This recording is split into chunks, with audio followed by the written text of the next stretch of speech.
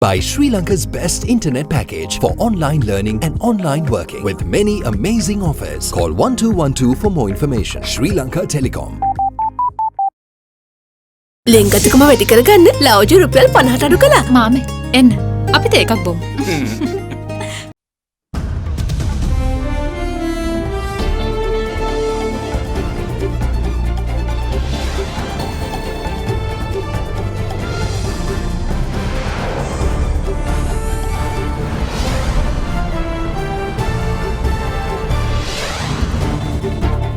Tonight, setting a dangerous precedent. Former Sri Lanka Medical Council presidents accuse the GMOA and Health Minister of power play. We have 2/3 of the vote held by trade union members. Is this how we protect the independence of the SLMC? Some group are trying to change this medical council. Majority vote. The third reading of the budget 2021 passed with a majority of 97 votes as opposition take aim at Muslim burials. This has far-reaching implications not only for the government, for the country as a whole. For God's sake, please have this draconian policy revised. Opposing views. Japanese vehicle exporters call for conditional lifting of import ban, while vehicle agents suggest a different way out. We are willing to invest this 1,000 odd vehicles into Sri Lanka for an X period of time, whether it's a year, whether it's year and a half, two, none of this money has to leave Sri Lanka. So what we would suggest to them is to perhaps resell these vehicles without requesting for them to be exported to Sri Lanka, which would cause undue strain on foreign currency reserves. The side effects. UK medical authorities advise allergy-prone public to avoid Pfizer-BioNTech vaccine after 2 adverse reactions. All this and much more coming up on this Thursday, the 10th of December 2020. නව Sunlight සකුරා දැන් දිකුකල් පවතින සකුරා මල් සුවඳින්. From AdaDerana, this is AdaDerana First at 9. Live from Studio 24 in Colombo.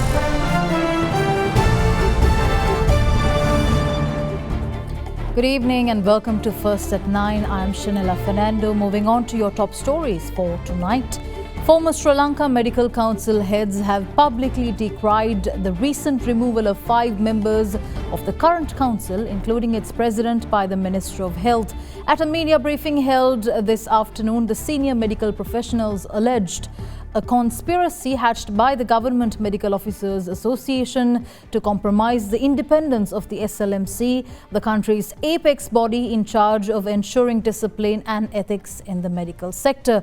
The former SLMC heads called for a revamping of the Council's Act to prevent members being elected by massive support of trade unions such as the GMOA. The reason I explained very briefly is that according to this act, elected members, number 8 people, elected registered medical officers. Now this is entirely held by the GMOA because simply by numbers. When there is an election, people vote, every doctor has a vote, but people outside the GMOA hardly bother to come because there are certain things happening during the election which are very troublesome. I was there when one election took place and there were threats. Some ordinary doctors came to cast their votes and they were asked to, I don't want to use that word, get out from here. They came in buses from Jaffna and Hambantota to vote. Just, it's simply numbers. I think it was more than 20,000 those days, the membership. So, in other words, all these 8 members will be GMOA. That is the result. That has been so from 1990 and even earlier than that. Then we have 7 deans, but we have to remember that all deans are elected. They are elected by the membership, that is the lecturers and professors in that particular faculty. And they are, of course, governed by the students. So, whether it is GMOA or deans, all of who are elected, deans are members of the Faculty of Medicine Teachers Association. They are powerful members. So we have a lump sum of 16 people just voting. 16 out of 25 is 65. So already we have 2/3 of the vote held by trade union powerful members. A of the GMOA, B of the FMTA. Is this how we protect the independence of the SLMC? We have to transform the act. At the briefing, consultant physician Dr. Sarath Gamini De Silva stated that the arbitrary removal of the SLMC members in contravention of the SLMC Act sets a dangerous precedent, whereas future presidents will be under obligation to the whims and fancies of the health minister. Now this has complicated matters even further. Now presence of trade union members is the reason. Now hereafter they'll be even more powerful. They have got people appointed according to their whims and fancies. So that's why I said the 5 or 6 conditions under which a member stops being a member is laid down, and nowhere is it mentioned that the minister can arbitrarily remove them. That is the problem now. Now she has removed, and we said up to now the presidents couldn't do what they want. Hereafter, presidents, knowing that the minister can anytime kick them out, will not do anything. There will be utter chaos from now on if we allow the current situation to persist. Meanwhile, former SLMC President Professor Lalita Mendes says that the compromising of the Sri Lanka Medical Council in this manner leaves the general public without a means of recompense in the event of any medical malpractice if the GMOA maintains control of the council's formal inquiries. We recognize the Sri Lanka Medical Council as the apex body of the medical profession. So if that apex body is destroyed, then the medical profession is like a headless chicken.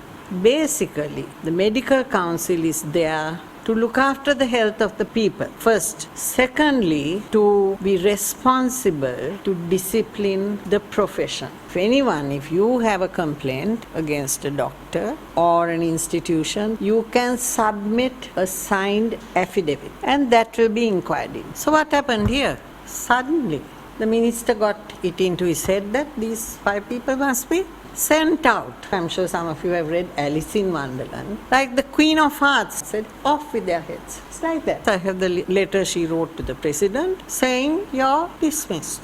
And that is very, very unsatisfactory. There are 6 reasons why a person will leave the medical council. The medical council shall give the person affected an opportunity of showing cause why the order should not be made. Assisted by his legal advisors, the Minister of Health has gone against the ordinance. That is a poor show. I want to just say that you can't do that as a minister. Now today when we came in here, we have a letter from the GMOA, and everyone knows that they have a lot of influence over the minister and they are trying to be very powerful in the medical council. Now, medical council, if there's a complaint against a doctor, medical council has to inquire about. So if you have the GMOA members on all the committees that inquire about that doctor, is there any meaning to that? They are having their own people in the committees. If they are accused of anything, then their people are there in the committees to protect. Is that reasonable? That's all. Some group are trying to pressurize and change this medical council into something that it was never meant to be. Safeguard hand sanitizer නවතම නිෂ්පාදන පෙළ නීරෝගිමත් දිවියකට ලංකාවේ පළමු වරට හඳුන්වා දෙන Maliban වෙජි cracker Crunchy veggie. The automobile industry is one of the hardest affected sectors as a result of the government's imports restrictions to curtail foreign currency outflows. With the ban prolonged, the Sri Lankan Automobile Association in Japan is requesting a lifting of the ban to import a stock of vehicles purchased prior to the ban. The association says that they are willing to keep the revenue from the 1,300 vehicles waiting to be imported in the country for at least a year if the government gives them the green light. The automobile industry has been hit hard by the import ban imposed in March amidst the first wave of COVID-19 in Sri Lanka. Since then, revenue from customs duty on vehicle imports declined notably by 47.1% to 43.1 billion rupees in the first 8 months of 2020, compared to 81.5 billion rupees recorded in the same period of 2019. As a result of the ban, the prices of both registered and unregistered vehicles spiked drastically, making new car purchases somewhat of a pipe dream for local consumers. In the meantime, the only relief for the automobile industry from Budget 2021 are measures to reduce import taxes levied on vehicle spare parts to incentivize entrepreneurs to move into vehicle assembly and reconditioning. No financial relief was granted to the industry, similar to measures introduced for other industries. In this backdrop, the Sri Lanka Automobile Association in Japan is requesting the government to permit them to export pre-import ban vehicle stocks. Speaking to First at 9, SLAAJ International Director Sajiv Rajaputra says that the exporters are willing to assist the government in its efforts to maintain healthy foreign currency reserves. This issue has had a major impact on all stakeholders of this industry. It's not just the vehicle importers in Sri Lanka, but also the vehicle exporters in Japan. We would hope that the import ban would be lifted without much further delay. It's very clear from the market, how the market has reacted, that prices have increased. Sri Lanka is among the strictest of countries with an age limit of 3 years between manufacture. One question is that really necessary? Does it have to be 3 years? Could it not be 4 or 5, maybe up to 7? Doing so can reduce the amount of expenditure and the cost on these vehicles. Bringing in a vehicle that's 5 or 6 years old from Japan, that is at a certain engine capacity and at a certain condition, it could be brought in for much cheaper than the vehicles that have been brought thus far. We had a stock of vehicles that we had purchased for Sri Lanka before this ban, and we were told that it was going to open in 3 months. We still have that stock, and we're losing massive amounts of money on that particular stock. Every single member of SLAJ is a Sri Lankan. At this point, a lot of the Sri Lankan exporters are facing dire difficulties, some facing even bankruptcy. If this were to continue, before long, there may not be Sri Lankans in Japan left to export a vehicle. Our request at this particular juncture is to allow us at least to export the 1,300 odd vehicles we had purchased prior to this ban. Back in March, when the vehicles that already had open LCs were allowed to be imported into Sri Lanka, that too was done under the agreement that the money would not leave Sri Lanka for 365 days. We are willing to invest this 1,000 odd vehicles into Sri Lanka for an X period of time, whether it's a year, whether it's a year and a half, 2, none of this money has to leave Sri Lanka. As far as the government's policy on keeping the reserves here, there will be no effect. Meanwhile, the Vehicle Importers Association of Lanka says that imports should be opened up for all in the industry and not just for a targeted sector alone. For the moment, most of our imported vehicles being sold out, and most of our importers, they are buying locally used vehicles and like doing retail sellers. Actually, we are asking from the government when it is possible, when our economy is recovered from this COVID situation, to reopen the importation generally for everybody, not particularly for one sector. For the moment, we have been requested from the government to give us some financial support given to some other sectors like low interest, cash, working capital loans, etc. This is our main request for the moment from the government, since they cannot allow to import the vehicles. In another development, the Ceylon Motor Traders Association says that it understands the government's current dilemma and advises Japanese vehicle exporters to look at selling their pre-import stocks in the Japanese market instead of expecting the Sri Lankan market to be reopened to them. Ceylon Motor Traders understands that the government had to do this in order to protect the foreign currency reserves and look out for the best interests of the country. Regarding the statement by the Sri Lanka vehicle exporters in Japan, the CMTA would like to clarify that only franchise holders can order export versions of vehicles from the manufacturers. So the vehicles that these exporters are referring to are JDM or Japanese domestic models, which can easily be resold in Japan, albeit perhaps at a lesser profit margin. So what we would suggest to them is to perhaps resell these vehicles without requesting for them to be exported to Sri Lanka, which would cause undue strain on the foreign currency reserves. CMTA members have had letters of credit open from prior to the import ban on 19th of March, and even these vehicles cannot be imported. And this, in fact, is a greater issue in terms of international trade credibility, because this represents a default of financial commitments to our principals overseas, to the brands, and as well to the confirming banks overseas who have guaranteed these letters of credit, which is an international trade issue which could cause our local banks to be blacklisted, as well as our local companies to lose face in international trade. The third reading of the budget for the year 2021 was passed today with a majority of 97 votes. Accordingly, 151 votes were cast in favour and 54 votes against.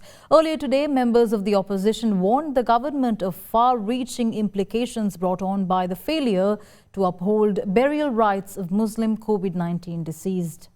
The World Health Organization's advice dated 24/3/2020 clearly noted people who have died from COVID-19 can be buried or cremated. The said government guidelines were amended and instructs that the bodies of those dead by COVID-19, and I quote, should be cremated within 24 hours without providing adequate or reasonable justification for departing from the WHO guidelines. In a letter to President Gotabaya Rajapaksa on the 8th of April 2020, 4 UN special rapporteurs urged to reconsider the provisions of the Ministry of Health, and goes on to state, in view of the challenges posed by the pandemic, it is important that the government avoids any unnecessary measures that are likely to raise tension and are running contrary to the respect of the fundamental human rights of the persons belonging to different communities. We ask the Honourable Prime Minister, why is it that his government is acting in this most arbitrary manner? There's a small news item. Cremation of unclaimed bodies begin. There are 20 bodies which have been unclaimed by Muslim relatives. And this has far-reaching implications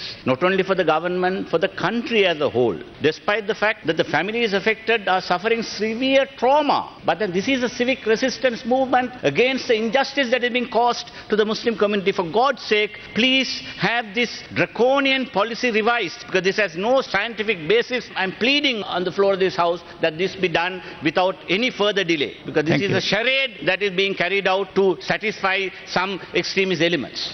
Meanwhile, MP Rauf Hakim also touched on the signing of the world's largest trade deal, the Regional Comprehensive Economic Partnership Agreement, at a time when Sri Lanka restricted its imports, while calling on the government to focus on the impact the new trading bloc is to create. The government had proposed an import substitution program and to promote domestic production. With all these challenges, particularly with the COVID-19 impacting on the economy very badly, we need to pursue our existing free trade agreements. Our debt share, entire debt share, China's debt share is 9.6%, whereas India's is far below 2.4%. Foreign direct investment share of China is 16.7%, India is 12.9%. Our export share to China just 2%, whereas we have 6.4% exports to India, facilitated by the free trade agreement. So similarly, if we are able to finalize a free trade agreement with China, we may be able to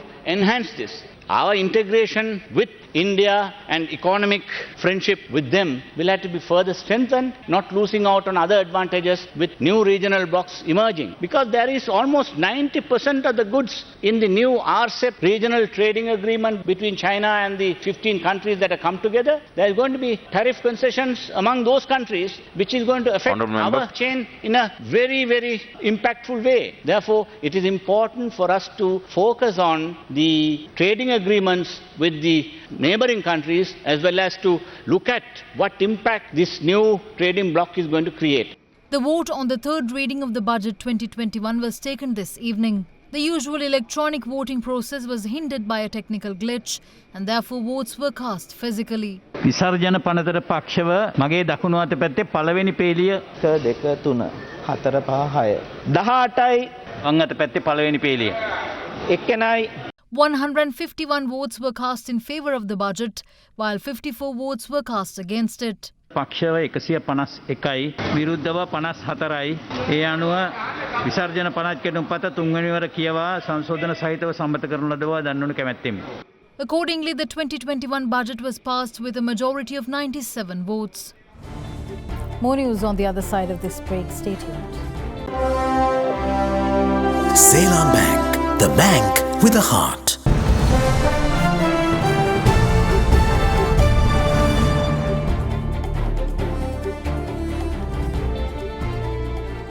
Welcome back. In more news, President Gotabaya Rajapaksa has instructed the setting up of a presidential task force to address overcrowding caused by departmental delays. The president made these comments during a special meeting worked off to address shortcomings in the country's prisons.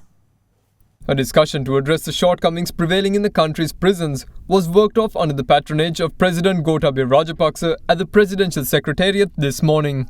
At the meeting, the President instructed the setting up of a presidential task force to address inmate overcrowding caused by delays by the Government Analyst Department, the Attorney General's Department and the police.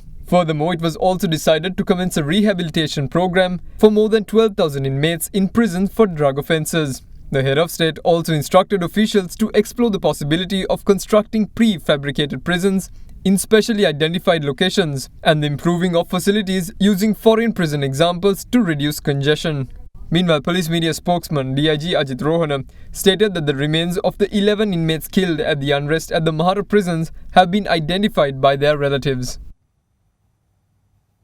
Foreign Minister Dinesh Gunawardena met with the High Commissioners of the United Kingdom and Canada this week, where the Sri Lankan government's concerns regarding the activities of LTTE front groups was discussed.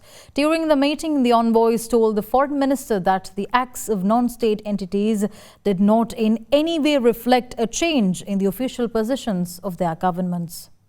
Foreign Minister Dinesh Gunawardena met with the British High Commissioner Sarah Halton and Canadian High Commissioner David McKinnon this week to discuss matters of bilateral importance. At the meeting, the Foreign Minister addressed the government's concern in the context of increasingly visible activities in the past few weeks by non-state actors engaged in glorification of terrorist acts by the LTTE, including suicide bombings.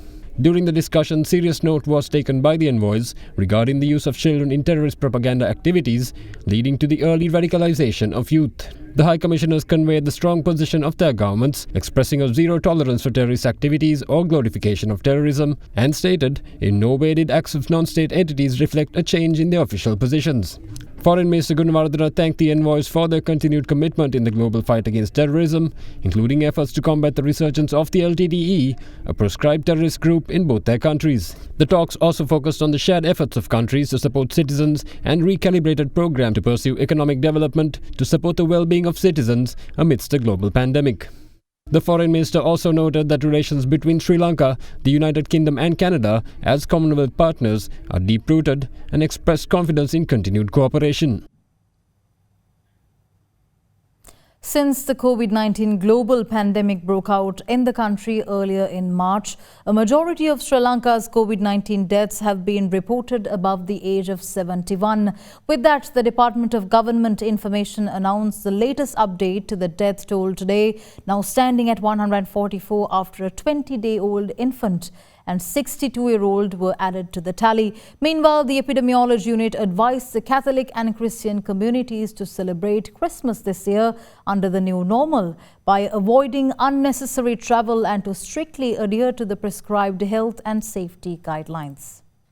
The country's death toll rose to 144 yesterday after 2 COVID-19 victims were added to the tally. Included in the total was a 20-day-old infant reported to have succumbed to the virus on the 8th of December. The infant was the country's youngest COVID-19 death. The other victim was a 62-year-old man whose cause of death was stated as pneumonia brought on by COVID-19. In the meantime, the country recorded 300 COVID-19 infections today and 697 cases yesterday. Once again, the Colombo district recorded the highest numbers with 357, while 219 were reported from Gampaha. In addition to this, 38 were reported from Kandy, 25 from Ampara, and 16 each from the Kalutara and Puttalam districts.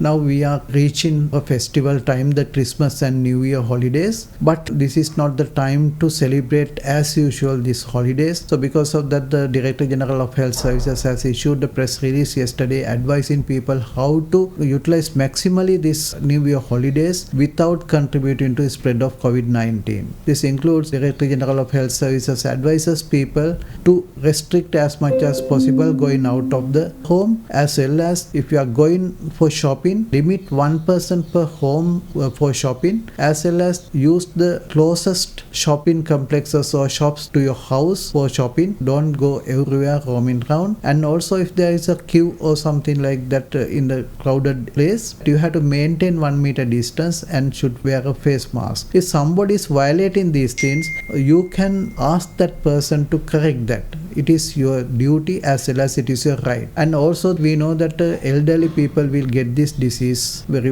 easily. So because of that elderly people should not accompany to places where the people gather. And also if you are in your house, if there are some elderly people, you should restrict the visitors coming to your house. And also when you are greeting the people, please use telephone or a method of distance. Should not try to shake hands or hug our usual way. In the meantime, Sri Lanka's recoveries rose to 461, taking the total to 22,261. As such, active COVID-19 cases in the country currently stand at 7,970. The United Kingdom's Medicines and Healthcare Products Regulatory Agency has reported that 2 NHS staffers were reported yesterday to have developed an allergic reaction to the Pfizer-BioNTech vaccine. As such, an advisory has issued for persons with a history of allergic reactions to avoid taking the new vaccine. Health authorities in the United Kingdom warn that persons with a history of allergies may face complications when taking the Pfizer-BioNTech COVID-19 vaccine. Starting with the elderly and frontline workers, Britain began mass vaccinations of its population this week.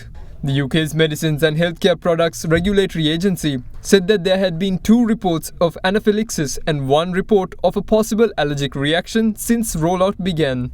The 2 NHS staff members reported to have had the reactions after receiving the vaccine on Tuesday had both carried adrenaline auto-injectors and had a history of allergic reactions. Chief Executive of the Medicines and Healthcare Products Regulatory Agency, Dr. June Rain, said that most people will not get anaphylaxis and the benefits in protecting people against COVID-19 outweigh the risks. She also reassured the public of the safety of the vaccine, saying that it met with all the standards of safety, quality and effectiveness. Pfizer and BioNTech said that they were supporting the MHRA's investigation.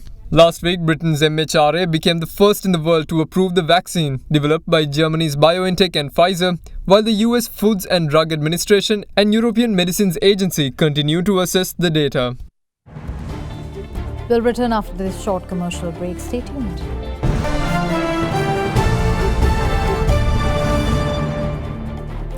Welcome back. The new members of the National Police Commission assumed duties today. The ceremony was held at the office of the Commission at the Bandaranaike Memorial International Conference Hall in Colombo. The former Inspector General of Police Chandra Fernando was appointed as the Commission's chairman. Sirisena Lianagama, Priyantha Sanjeeva, NSM Samsudeen, NC Pemasiri Pereira, PB Parameswaran and Gunapala Wickramage were named as members of the Commission. Accordingly, the duties of the Police Commission commenced from this morning. Speaking to media after assuming duties, the former IGP welcomed the reversion back to that of the 18th Amendment and added that giving the IGP the powers over internal activities of the police such as promotions, transfers, appointments and disciplinary was also a good move.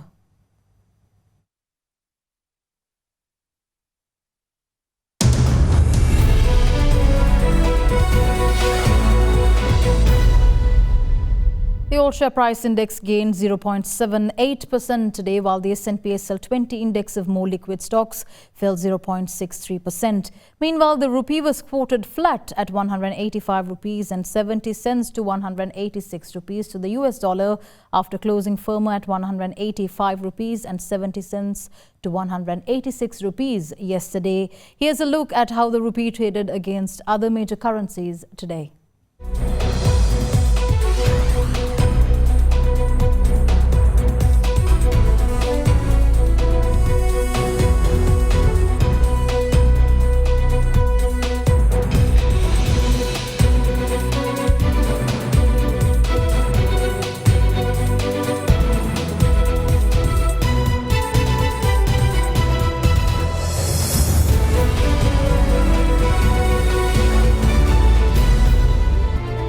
With that, we wrap up tonight's edition of First at 9. Thank you for joining. I'm Shanella Fernando. Have a good night.